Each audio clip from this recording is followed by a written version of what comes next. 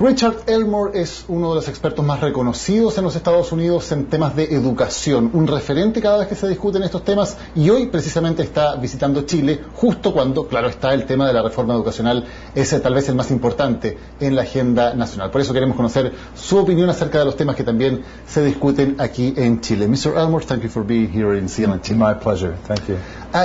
¿Qué es lo que más le ha sorprendido respecto al debate que se está llevando a cabo en este momento en Chile sobre la reforma educacional? Lo que más me sorprende a mí acerca del movimiento por una reforma educacional coincide con lo que le sorprende a la mayoría de la gente fuera de Chile.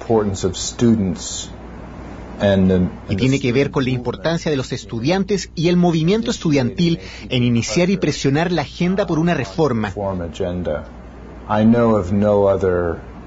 No conozco ningún otro país donde la presencia de los estudiantes haya sido tan significativa. ¿Y esa presión la ve como algo positivo o tal vez puede ser un riesgo para la reforma? Independiente de que te gusten o estés de acuerdo con las demandas del movimiento estudiantil o el punto de vista de este, es indiscutiblemente algo positivo. Porque lo que se está haciendo es enseñar a una generación completa de gente joven cómo tomar parte en las instituciones que tienen la mayor incidencia en sus vidas.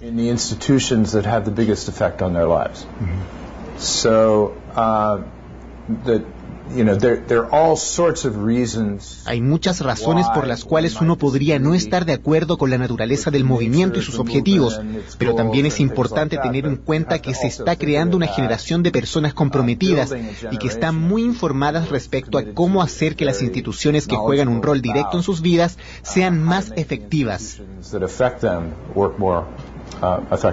En Estados Unidos, ¿sería factible pensar que un movimiento estudiantil pudiese engendrar una reforma educacional?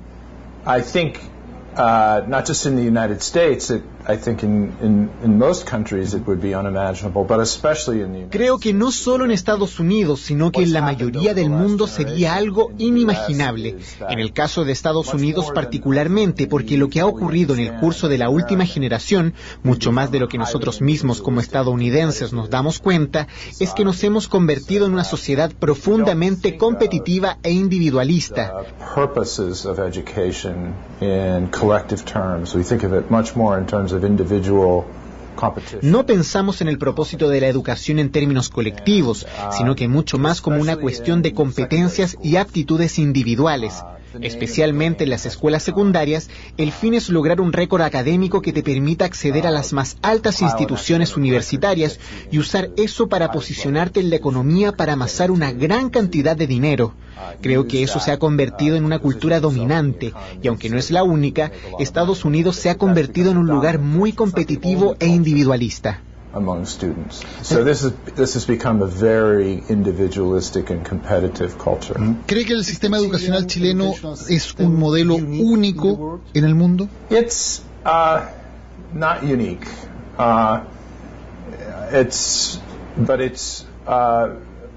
No es único, pero un caso especial de problemas recurrentes. Visto desde afuera, se ve que el país ha mejorado hasta alcanzar una determinada marca, y de ahí ese mejoramiento de acuerdo a estándares internacionales se ha nivelado. Y eso es lo que está ocurriendo en Chile. Así que con el aumento de número de estudiantes a escuelas de cierto nivel académico, So that with the increase in the proportion of students in lo que ocurrió bajo mediciones internacionales es que el desempeño ha mejorado y ahora se estabilizó. Así que en América Latina y los estratos más bajos según los parámetros internacionales, yo diría que hay muchas similitudes entre lo que está ocurriendo en Chile y en Estados Unidos en estos momentos. I would say that there are a lot of similarities between what's going on in Chile and what's going on in the US right now. El sistema educacional en Chile es efectivamente un experimento neoliberal, como dice el gobierno. Well, I think to some degree that has to be true because things happened in Chile. Creo que hasta cierto punto ese argumento debe ser cierto, porque lo que ha ocurrido en Chile después de 1981 no ocurrió en ningún otro lado. Me refiero a la introducción efectiva de un sistema de voucher, el cual es un ejemplo extremo. Así que hasta cierto punto creo que sí, pero por otro lado hay muchos países que utilizan una combinación de incentivos públicos y privados como parte regular en la dirección del sistema. Governance of the system. I think of Australia, which has public funding for public schools, private schools. Pienso en el caso de Australia, donde las escuelas públicas, privadas, independientes e incluso aquellas pertenecientes a la archidiócesis católica reciben financiamiento estatal en una escala gradual, de tal modo que no todas ellas reciben el mismo monto.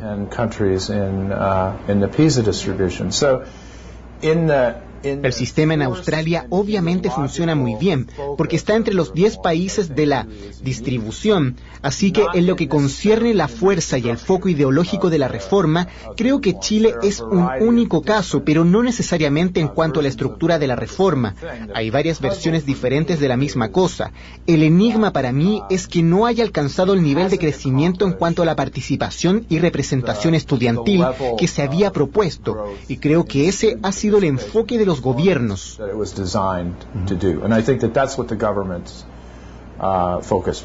La existencia, como en Chile, de colegios que lucran y reciben financiamiento estatal, ¿es algo positivo o algo negativo para la educación?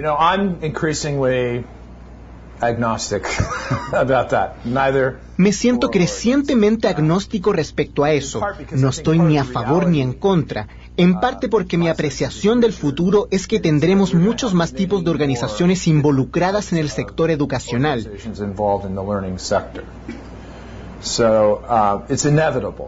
Es inevitable que una entidad con fines de lucro de uno u otro tipo esté sumamente involucrada en el sector de aprendizaje educacional. ¿Y que éstas reciban financiamiento del Estado? Sí, definitivamente, distintos tipos de subsidios del gobierno. Para mí el asunto tiene que ver menos con una cuestión ideológica respecto a si es o no correcto llevarlo a cabo como un asunto de política pública que será inevitable.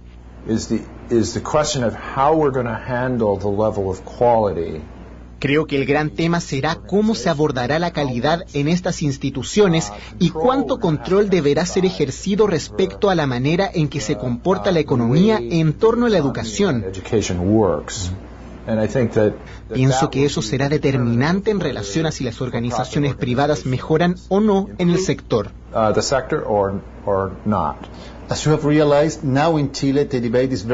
Como se habrá podido dar cuenta, el debate en Chile ha estado muy enfocado en la cuestión del lucro. ¿Cree que es un tema fundamental para resolver o no? En un sentido sí, es un tema fundamental porque el gobierno ha puesto sobre la mesa si deberían existir subsidios para las entidades privadas, por lo que ese será un gran tema político. Y eso tiene que ser resuelto una vez que se abre esa pregunta. Tiene que haber algún tipo de solución, así que este será un gran tema de política pública. En el largo plazo no creo que vaya a ser algo tan importante en ese sentido. Comenzaremos a tratarlo con el tiempo como una cuestión de juicio, lo cual significa que si al hijo de uno le está yendo mal en álgebra porque el profesor no es bueno, es inaceptable decirle a ese niño y padre que no pueden acudir a una escuela que lucra para que éste reciba una mejor instrucción por el simple hecho de que lucra. To get improved instruction for their child just because it's a for-profit organization. Creo que en eso reside el futuro. ¿Cuál será la relación entre esas escuelas regulares y esas otras alternativas? ¿Cuán importante es la libertad de los padres a la hora de elegir un colegio para sus hijos? You know, I used to be conflicted about this because I thought of myself as a public policy expert. Tengo sentimientos encontrados respecto a ese punto porque me consideraba un experto en política pública y los expertos en política pública tienden a pensar dentro de un panorama más general y generalmente planteamos asuntos de interés público, es decir, si una u otra medida podría beneficiar el conjunto de la sociedad. Right? Because if you are a parent, you have one choice for one child. No hay nada que fije tanto tu pensamiento respecto a ese asunto como el hecho de ser padre, porque si eres padre, tienes una única decisión en relación a tu hijo. Tomas esa decisión como un padre responsable y solo puedes tomarla una vez. Mi punto de vista ahora que tengo 6 hijos, 4 hijastros, 2 hijos biológicos, es que ahora entiendo el asunto. I understand why parent choice is important. It's not should it exist or not. No se trata de si debe o no existir, sino cómo la sociedad enmarca esas opciones que se remite al rol del sector público para influenciar la calidad de la experiencia que tienen los niños.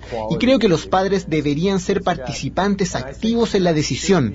Padres pobres que perciben que no tienen una elección deberían entender que sí la tienen y que tienen las opciones que los padres de familia de clase media.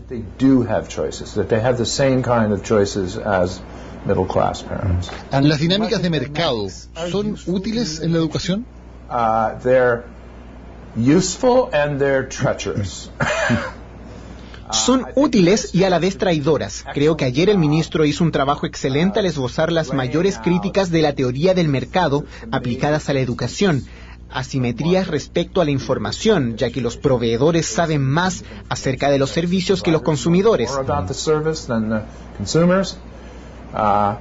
El hecho de que la educación tiene muchos bultos, es decir, te tienes que comprometer con un largo proceso antes de descubrir si funciona o no. Ese tipo de perfeccionamientos de marketing son realmente importantes.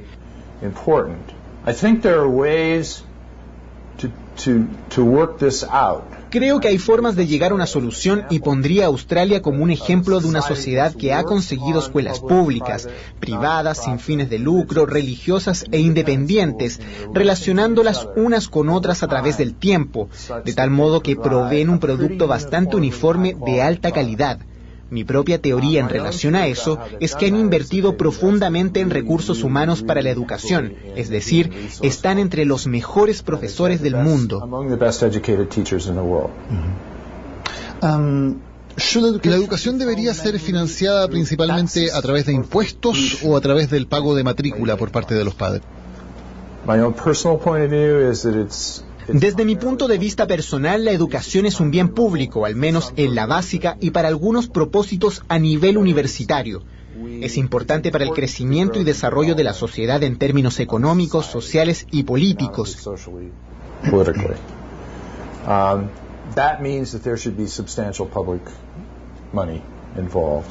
Eso significa que debería haber una cuota importante de financiación pública. Donde comienzo a percibir más matices es a nivel básico y al principio de la secundaria, donde creo que debería haber financiación completa para las escuelas públicas. For fundamental publicly provided schools there should be full funding. Creo que el hecho de que se le permita a los padres pagar extra para escuelas privadas o sin fines de lucro me genera un poco de sospecha, pero tampoco quiero descartarlo porque la pregunta real y más difícil es si los alumnos están afuera en la calle, que tiene que ver hasta qué grado el Estado tiene responsabilidad por la financiación completa de la educación universitaria, y ahí el argumento para que exista algún tipo de financiación privada se hace más persuasivo, ya sea a través de préstamos o subsidios. And there the argument for some kind of private funding becomes more compelling, either through loans and grants. Porque el propósito principal de la educación superior a ese nivel es reforzar las opciones de la gente, y esas opciones tienen consecuencias económicas, y se financia por completo la educación universitaria, le quitas gran parte del derecho a los estudiantes de tomar sus propias decisiones y permites que operen en un sistema relativamente indisciplinado.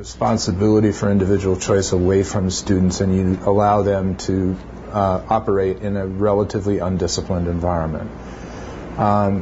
But that's a political issue that needs to be. Pero ese es un tema político que debe ser debatido.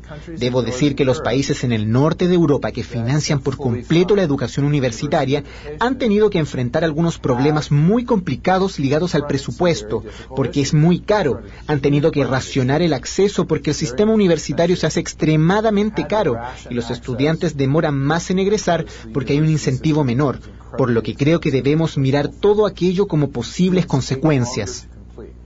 because there's less of an incentive. So I think that we should be looking at these as possible consequences. Richard Elmore, muchas gracias por esta entrevista con CNN Chile. Esta fue la conversación con Richard Elmore, un referente en políticas de educación en los Estados Unidos, que nos está visitando y nos entrega entonces su mirada sobre la educación chilena en un momento en que se discute una reforma educacional de gran impacto. Sigan en la sintonía de CNN Chile.